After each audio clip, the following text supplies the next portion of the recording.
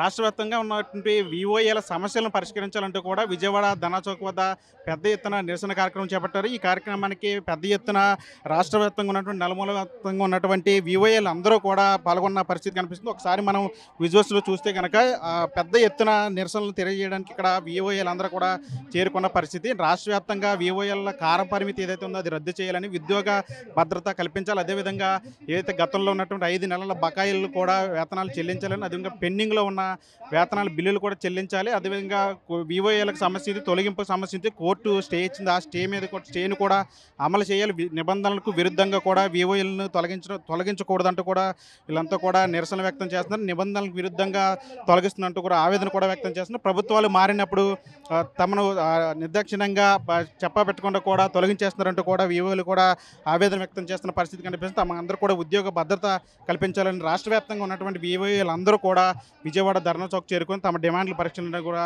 వాళ్ళంతా కూడా ఆవేదన వ్యక్తం చేస్తున్న పరిస్థితి. మనతో పాటు కొంతమంది వివోఏలు ఒకసారి మాట్లాడే ప్రయత్నం చేద్దాం. అమ్మ, ఏంటి ప్రధానంగా మీ సమస్య ఏంటి, ఏం చెప్తారు ప్రభుత్వానికి? మేము ఈ ప్రభుత్వానికి ఒకటే చెప్తున్నామండి. మేము ఇందులో 20 సంవత్సరాల నుంచి మేము ఈ డిపార్ట్మెంట్లో పనిచేయడం జరుగుతుంది. ఈ డ్వాక్రా గ్రూపులన్నీ కూడా చంద్రబాబు నాయుడు గారు పెట్టడం జరిగిందండి. ఆనాటి నుంచి ఈనాటి వరకు కూడా మన వివోఎస్ అందరూ కూడా ఈ డ్వాక్రా గ్రూపుల్లోనే మేము వెలుగు డిపార్ట్మెంట్లోనే మేము వివోఎస్గా కొనసాగుతున్నాము. మాకు జరుగుతున్నటువంటి ఇబ్బందులన్నీ కూడా మేము ఎన్నోసార్లు ప్రభుత్వం దృష్టికి తీసుకొచ్చామండి. తీసుకొచ్చినప్పుడు మేము ప్రతిసారి రోడ్డు ఎక్కినా ప్రతిసారి మాకు జీతాలు వేస్తున్నారు. మాకు గత 6 నెలల నుంచి మాకు బకాయి వేతనాలు మాకు పడట్లేదండి. మరి అన్ని డిపార్ట్మెంట్ల వారికి శాఖల వారిగా చూస్తే వారికి ప్రతి నెల వారికి జీతాలు అయితే ప్రతి నెల వాళ్ళకి 5వ తారీఖు రాగానే వేస్తున్నారు. మా యొక్క జీతాల విషయాలు వస్తే ఎవరు కూడా పట్టించుకోవట్లేదండి. మేము జీతాల కోసం ప్రతిసారి రోడ్డెక్కి ధర్నా చేయాల్సి ఉంటుంది. అలాగే మా యొక్క ఉద్యోగ భద్రత గురించి కూడా మేము చాలాసార్లు గవర్నమెంట్కి విన్నవించుకోవడం జరిగిందండి. భద్రత మాకు క్రమం తప్పకుండా హెచ్ఆర్ పాలసీ అని చెప్పి మాకు కావాలని మేము కోరుకుంటున్నాము. అలాగే జిల్లా వ్యాప్తంగా రాష్ట్ర వ్యాప్తంగా కూడా 28,000 మంది వివోఎస్ మేము పనిచేస్తున్నామండి. దీంట్లో జిల్లాకు వచ్చి 100 మంది వివోఎల్ని అక్రమంగా తొలగించడం జరిగింది. అలాగే తొలగించిన వారిని వెంటనే విధుల్లోకి తీసుకోవాలని మేము గవర్నమెంట్ని కోరుకోవడం జరుగుతుందండి. ఎందుకంటే ఏ ప్రభుత్వం వచ్చినా మేము స్టాండర్డ్గా లోకల్లో ఉండి మేము మహిళల దగ్గర ఉన్నటువంటి ప్రతి సమాచారాన్ని ప్రభుత్వానికి అందించడం జరుగుతుంది. కానీ మరి ప్రభుత్వం ఏ ప్రభుత్వం మారినా మా ప్రభుత్వం వారే ఉండాలంటూ మా వివోఎస్ని అక్రమంగా తొలగించడం జరిగింది. వారందరినీ కూడా తిరిగి మళ్ళీ విధుల్లోకి తీసుకోవాలని, మాకు జీతాలు వేతనాలు పెంచాలని, మా సర్క్యులర్ 3 సంవత్సరాలుగా కాలపరిమితి రద్దు చేయాలని మీ ఉద్దేశంతో ఈరోజు ఈ రాష్ట్ర ధర్నా మేము కార్యక్రమం చేపట్టడం జరిగిందండి. ఇది మేము గవర్నమెంట్కి తెలియజేసుకున్నాం. కాబట్టి చంద్రబాబు నాయుడు గారు దయచేసి మా మహిళల బాధలను అర్థం చేసుకోండి. మీరు కూడా ప్రభుత్వం వచ్చినప్పుడు మాకందరికీ మీరు మాట ఇచ్చారు. మీకు మేము రాగానే మీ గురించి మేము ఆలోచిస్తామని చెప్పి చంద్రబాబు నాయుడు గారు మాకు ఆ రోజు మాట ఇవ్వడం జరిగిందండి. కాబట్టి అదొకసారి గుర్తు చేసుకోమని మేము చంద్రబాబు నాయుడు గారిని కోరడం జరుగుతుందండి. మీరు చెప్పండి, అంటే ప్రభుత్వాలు మారినప్పుడల్లా వివోఎల్ని అంటే పొలిటికల్ నేపథ్యంలో అంటే మీరు ఈ పార్టీకి చెందిన వాళ్ళని చెప్పి నిర్దేశం తొలగించేస్తున్నారు. దాన్ని ఎట్లా చూస్తారు? తొలగిస్తున్నారండి. అంటే రాజకీయ నాయకులు కూడా వాళ్ళు ఎవరికైతే కావాలనుకుంటున్నారో వాళ్ళు పెట్టుకుంటున్నారండి. తర్వాత ఇప్పుడు పేదవాళ్ళు ఉన్నారండి, వాళ్ళు తీసేస్తున్నారు. ఇప్పుడు రాజకీయ పార్టీలు ఉన్నారంటే వాళ్ళ తరపులు పెట్టుకుంటున్నారండి. మేమైతే ఇప్పుడు ప్రజెంట్ ఎప్పటి నుంచి అయితే సీఏ ఉన్నారో వాళ్ళనే ఉంచాలని కోరుకుంటున్నామండి. తర్వాత చదువు అంటున్నారు. ఎప్పటి నుంచో జీతాలు లేని టైం నుంచి చేస్తున్నారండి. ఇప్పుడు మధ్యలో చదువుకోవాలంటే ఎలా వస్తుందండి? ఎన్నో కష్టాలు పడ్డారండి. కొంతమంది చదువుకున్నారు, కొంతమంది చదువుకోలేదు. వీళ్ళు ఏంటంటే చదువుకున్న వాళ్ళే కావాలి, తర్వాత మేము తీసేస్తాము, 10th కావాలి, ఇంటర్ కావాలి అనేసి అంటున్నారు. ఇప్పుడు అలా రావాలంటే కష్టం కదా సార్, ఇది అర్థం చేసుకోండి గవర్నమెంట్. మీరు చెప్పండి, అంటే 5 నెలల నుంచి కూడా జీతాలు ఆపేస్తున్నారు అన్నారు. ఎట్లా మీ కుటుంబ పరిస్థితి? అంటే వివోఏలు అంటే కూడా చిన్న ఉద్యోగులు, జీతం ఇస్తేనే దాంతో బతకాలి. కానీ ప్రభుత్వ తీరుని ఎట్లా చూస్తారు? జీతాలు ఇచ్చిన ఇవ్వబడినా మాకు సంబంధం లేదని ఏపీఎంలలో చెప్తున్నారండి. యాప్ల మీద యాప్లు అయితే మటుకి అర్జెంట్ అని చెప్పి చేయించుకోవడం జరుగుతుంది. ఆ రోజు యాప్లు ఒక సాఫ్ట్వేర్ చేయవలసినంత పనితీరు అంతా మాతో చేయిస్తున్నారండి. ట్రైనింగ్ ఇస్తున్నామని చెప్పి ఒక దాంట్లో సెల్లో స్క్రీన్ షాట్ తీసి పెట్టేస్తున్నారు. దాన్ని చూసి మేము మా పిల్లలు పెద్దలు ఎవరో చదువుకునే వాళ్ళు ఉంటే వాళ్ళ ద్వారా చేస్తున్నాము. గట్టిగా ఏదైనా శాలరీ అడిగామనుకోండి, ఆ శాలరీ అడిగిన సమయంలో అన్నారు మీరు ఆ యాప్ చేయాలి, ఈ యాప్ చేయాలి, యాప్ పూర్తి చేసుకొస్తేనే చేస్తున్నాం అన్నారండి.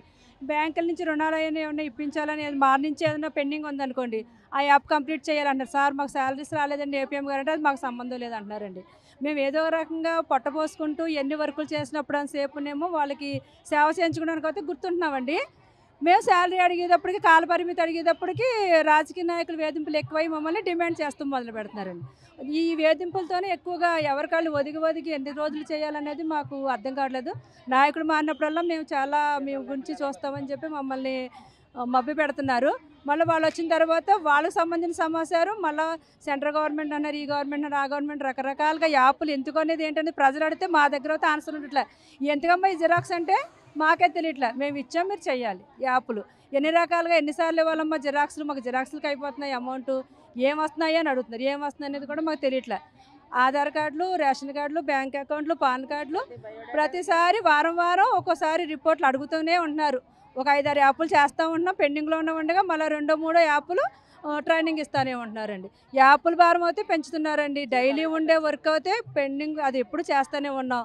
ఇంకా పైగా ఇన్ని యాప్లు ఎలా చేస్తామని 24 గంటలు మాకు సరిపోవట్లేదు సార్ అంటే, టైం టేబుల్ లాగా స్కూల్ పిల్లలాగా మీరే టైం సెట్ చేసుకుని మీరు ఏ రకంగా చేస్తారో మాకు తెలియదు, కానీ మాకైతే మీరు చేసేయాలి. జీతాలు ఇవ్వట్లేదంటే మీరు జీతాలతోనే బతకాలా అని కొంతమంది ఎటకారో, లేదంటే మీరు చేయలేకపోతే మీకేమో ఏజ్ బార్ అయిపోయిందని ఒకసారి, చదువు లేదని ఒకసారి, రకరకాలుగా మీటింగ్ పెట్టండి, రివ్యూ మీటింగ్ పెట్టి చిన్న డిమాండ్లతో మమ్మల్ని బెదిరింపుల చేత రివ్యూ అంటే మాకు కంగారు వచ్చేస్తుందండి.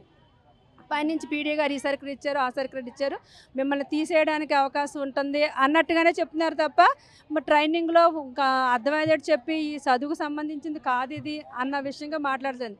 మాకు 10th క్లాస్ వాళ్ళని తీసుకున్నారండి. 10th క్లాస్ కదా, సాఫ్ట్వేర్ వాళ్ళు చేసే జాబ్ యాప్ని మాకు అయితే అప్ చెప్తున్నారండి. మాకు వర్క్ అయితే చాలా భారంగా ఉంటుంది. మేము అయినా సరే ఎలాగోలాగా పిల్లల్ని చదువుకున్న వాళ్ళ పిల్లల ద్వారా మేము నేర్చుకుని ఎలాగోలాగా యాప్లు అయితే చేస్తూనే ఉంటున్నాం. 24 గంటలు అయితే మాకు సరిపోవట్లేదండి యాప్లు చేయడానికి. శాలరీ ఇచ్చే సమయానికి వచ్చేటప్పటికి చాలా రకాలుగా మమ్మల్ని ఇబ్బంది పెడుతున్నారండి.